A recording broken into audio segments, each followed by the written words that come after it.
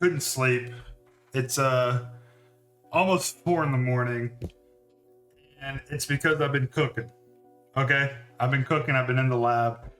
There's a card that I have been obsessing over, basically. Get it pulled up for you, but I've been thinking about it all day. What am I going to do with this card?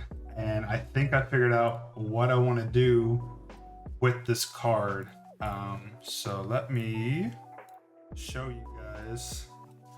It's this card right here. This is the main thing. I've been racking my brain over this card, and as I do in making opening fashion, I got a presentation for you. He's back, baby. Thrawn is back. Set 1 Thrawn, the #1 Thrawn shill. So many of my videos back in set 1, set 2 had Thrawn's face all over it.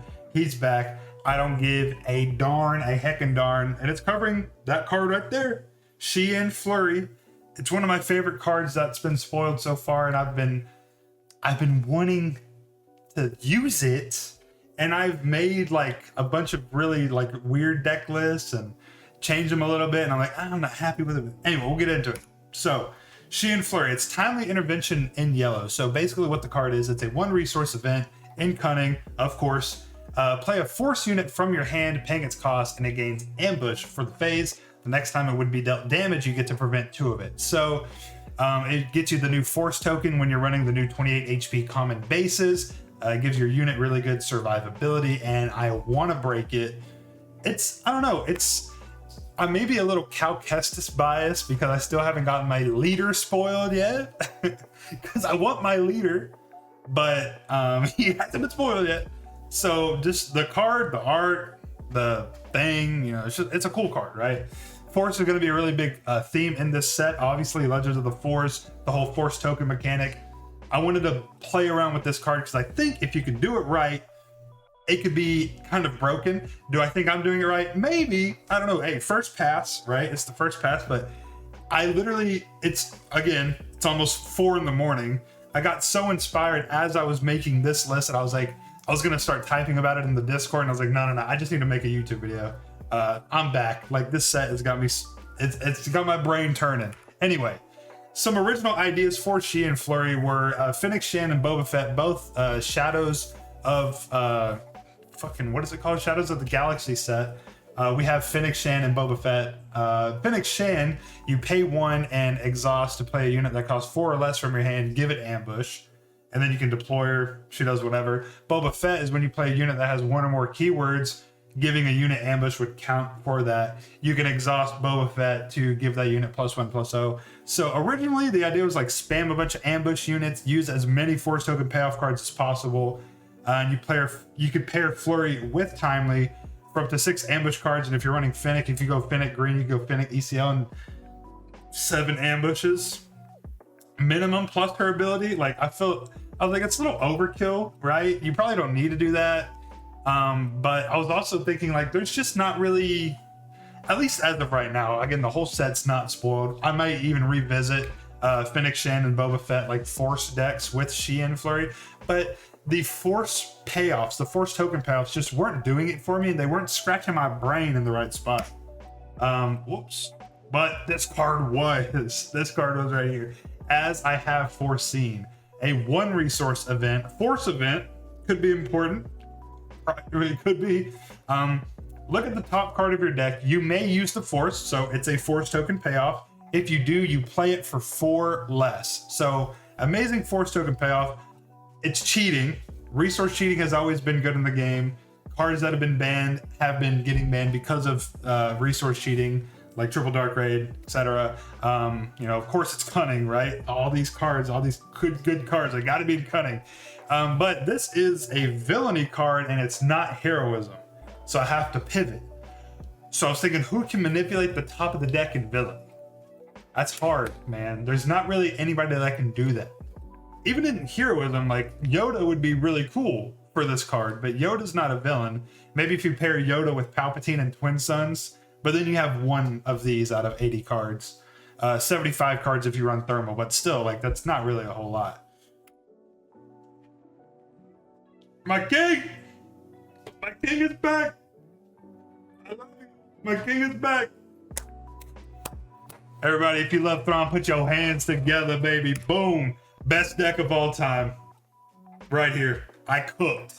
Okay, again, first pass, right? This is the first pass. Also, I haven't really put together a 50 card deck in a while. This was really difficult for me. I've been playing a lot of Vader Data Vault, which is a 60 card deck. Technically like 70 if you include the sideboard. And then I've recently been cooking up some new Twin Suns decks for some casual play with the boys here in my local game scene. I have a Cheer It Palpatine deck, which is really fun. But we'll talk about that another day, maybe. If you guys want some Twin Suns videos, let me know downstairs in the comments section. But anyway, this is the deck I cooked up. It does not look like any Thrawn deck normally does because it's cool. This deck is really cool. I had to make this video. It's 4 in the morning. I need to keep it down. So yeah, let's kind of go over it. So we're running 3 as I have foreseen. This is the card that cheats units out for 4 less if it's on the top of your deck. With Thrawn, we know what Thrawn does. He's from set 1. If we don't and we're new to the game, 1, welcome to Star Wars Unlimited. My name is James with Make an Opening. I didn't do that at the beginning of the video, which is weird. We're over 800 subs now, by the way. If we get 1,000 subs here soon, I'm giving away a box. And if I'm crazy enough, I might give away an entire collector's box. Who knows? I might be crazy. But Grand Admiral Thrawn, when the action phase starts, you get to look at the top card of each player's deck. That's good because you're going to know what's on top of your deck, which is important. The enemy deck, that's also important as well, because then it's just info for you. That's knowledge. You got to love knowledge. And for an action, you can pay 1 and exhaust your leader to reveal the top card of any player's deck, exhaust a unit that costs the same as or less than the revealed card. Pretty cool, right? We're pairing him with the 28 HP common force base. Hopefully this, because I believe there's going to be like a light side and dark side version of the common bases. It's Coruscant, but it's the Undercity. This might be the bad guy version. Hopefully not. It's kind of a boring looking base, but when a friendly force unit attacks, the force is with you, so you get to create your force token. Typically, Thrawn's not going to be getting his force token. He does not have the force. He is not a force leader. He doesn't have any innate payoffs with the force anyway, because Thrawn is from set 1. Set 5 has all the force stuff with the force token. He was not created with the force token in mind. The force token was created after, right? So we have ways in here to get the force token. Basically, all you need to do is attack with a force unit. So we have 3 Karis, 3 Nightsister Warrior, 3 Morgan Elsbeth, 3 Towson's Assassins. Are you getting a little bit of a theme here? You might. 2 Balin Skulls, 3 Dakas, 3 Vaders, 3 Snokes. That's 3, 6, 9, 12, 15, 18, 21, 23. Basically half the deck is force units, which is good. It's good, especially with Sheehan Flurry, because you need to play a force unit from your hand, give it ambush, and that way as soon as you Sheehan Flurry a card out and ambush with it, you get the force token. That way you can do some shenanigans. But we'll move on to the big 3 payoffs. We have Snoke, Chimera, and Avenger. Snoke and Chimera, with the discounted rate of the card as I have foreseen. A little refresher for you guys. Whoops, this guy right here. Screenshot it if you need to. We'll be talking about this a lot. The discount in total is 3 because the card costs 1 and you're getting a 4 discount. So you're paying 1 to discount it by 4. So 1 plus 4 is 5. So Snoke's going to cost 5, right? It turns Snoke into a 5 resource 6/6. Each enemy non-leader unit gets -2/-2. You're cheating out the aggro deck, like the bane of aggro deck's existence. That's huge. This I had to have this as a 3 of. Chimera is also a 5 cost. Why are you playing Thrawn if you're not playing Chimera? Am I right? Maybe this card gets cut, honestly. It's really not that good, but it's flavor win, so you got to do it.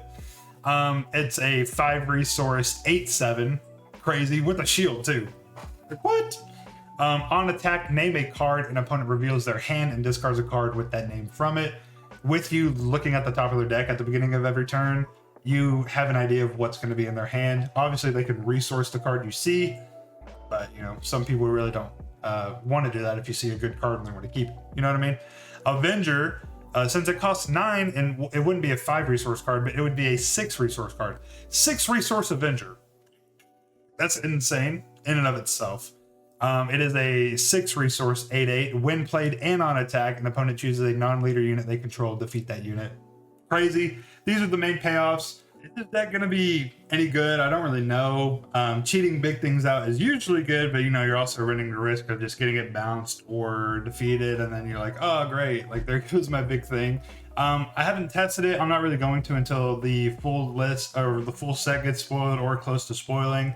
And you know, downstairs in the description there's going to be a link to this deck, and it's going to be getting updated as more cards get spoiled. So if you watch this video 2-3 weeks from now, or if you watch it by the time the full set comes out at the beginning of July, mid-July, you know, click that link downstairs in the description and you'll see an updated list. I'm going to be keeping a very close eye on this one and anything else I can cook up with Sheehan Flurry, and hopefully that card itself finds a good home in Cal Kestis, because when they spoil Cal Kestis, I'm going to go crazy with him. Hopefully I'm thinking he's yellow. He's got to be a yellow leader. So it fits right in there. I just add a color to him. But anyway, that's the things we're cheating out. So how are we going to get to that point in the game?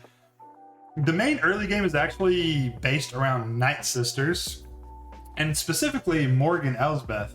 It's not listed as a knight. It doesn't have the knight trait, but Morgan Elsbeth technically is a Nightsister. You've seen it. You know Star Wars. That's why we're here.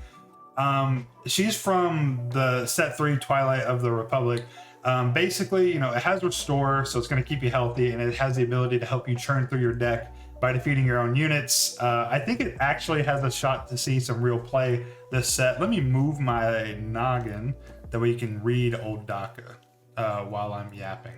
So basically, you don't really mind defeating units like Karis, Nightsister Warrior, and even in the deck, we have Inferno 4 as well, which now my head is fucking covering. Let me move here. Yeah, Inferno 4 is over there. You don't really mind defeating any of those units with Morgan Elsbeth.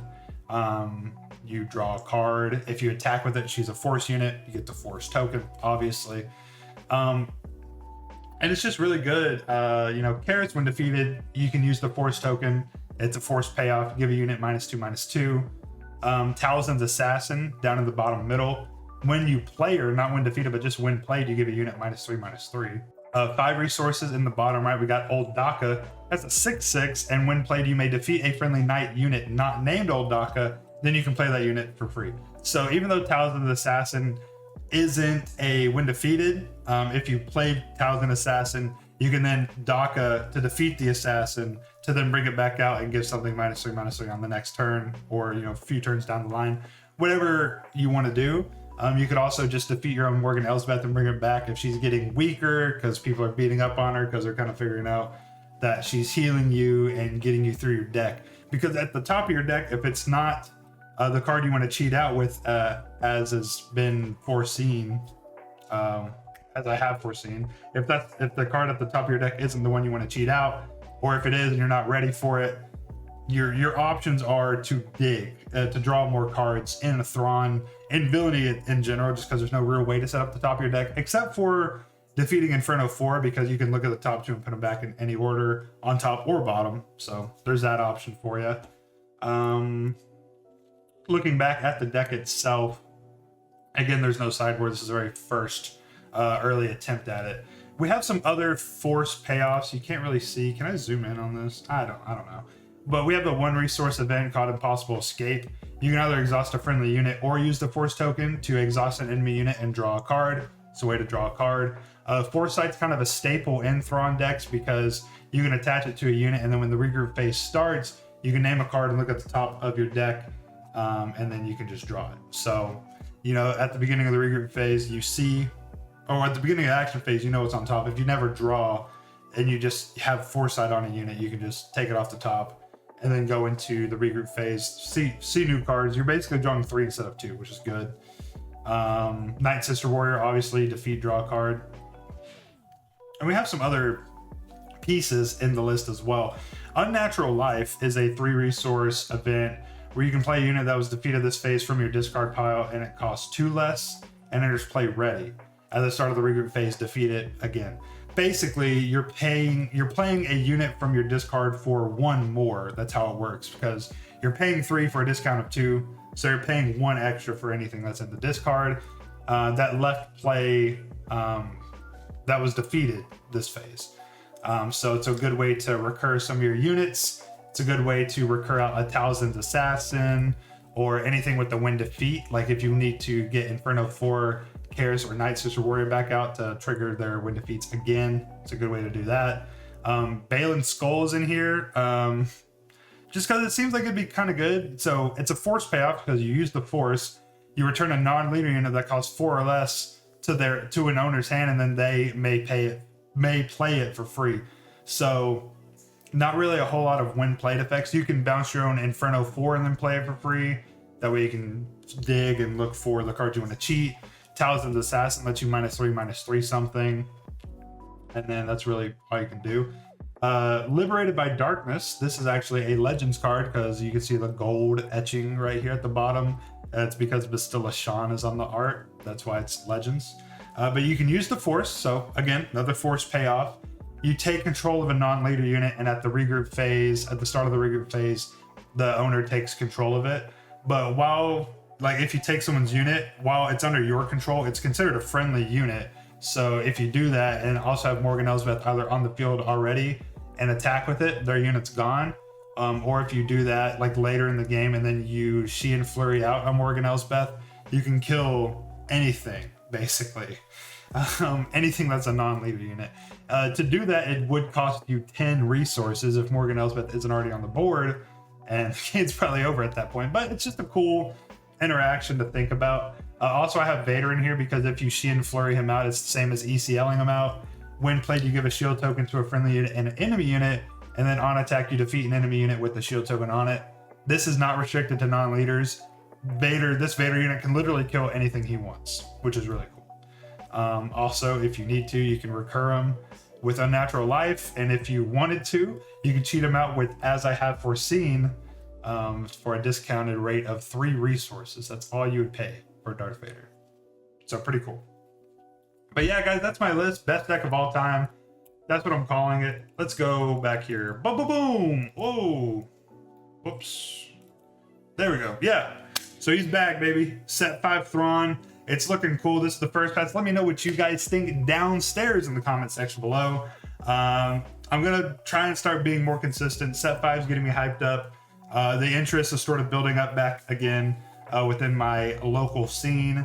Over the last month, I just moved recently, so that kind of put a damper on things. I moved a few weeks ago, and on the same side of things, I was also, really grinding and focusing in on work because, make that extra money after moving, recoup some of those losses, you know what I mean? But we're back. We got a classic right here, classic banger, Thrawn. I'm going to be working on this deck a lot, so follow the updates. Let me know what you guys have been cooking up with Set 5. Any cards you're interested in seeing my take on, my thoughts, my opinions. I've been thinking about doing Set 5 spoiler review, but so many people do that. I feel like it's oversaturated. But if you do want my opinions, let me know downstairs, comment section. Yeah, James making opening piece. Yeah, it's 4:15 in the morning. Why am I making this video? It's so early. It's late.